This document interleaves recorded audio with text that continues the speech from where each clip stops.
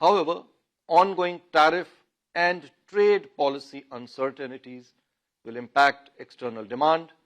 Prolonged geopolitical tensions and volatility in international financial markets caused by risk-off sentiments of investors pose downside risks to the growth outlook.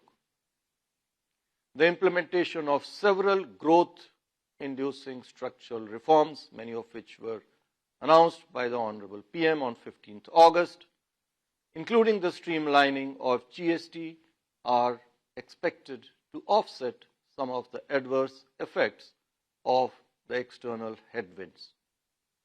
Taking all these factors into account, real GDP growth for this year is now projected at 6.8%. This is a revision from our earlier forecast of 6.5%.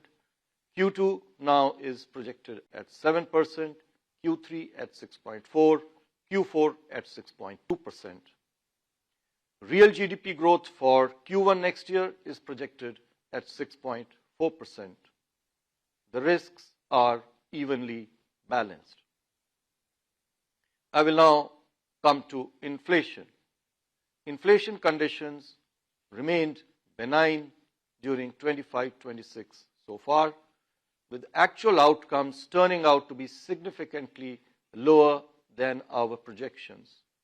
Low inflation is primarily attributed to a sharp fall in food inflation, aided by improved supply prospects and measures taken by the government to effectively manage the supply chain. Core inflation remained largely contained, with the August reading at 4.2%. This is despite continued price pressures on precious metals like gold and silver.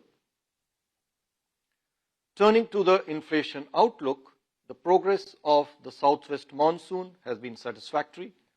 Healthy kharif sowing, adequate reservoir levels, and comfortable buffer stocks of food grains should keep food prices benign. The recently implemented GST rate rationalization would also lead to a reduction in prices of several items in the CPI basket. Overall, the inflation outcome is likely to be softer than what was projected in August, primarily on account of the GST rate cuts and benign food prices.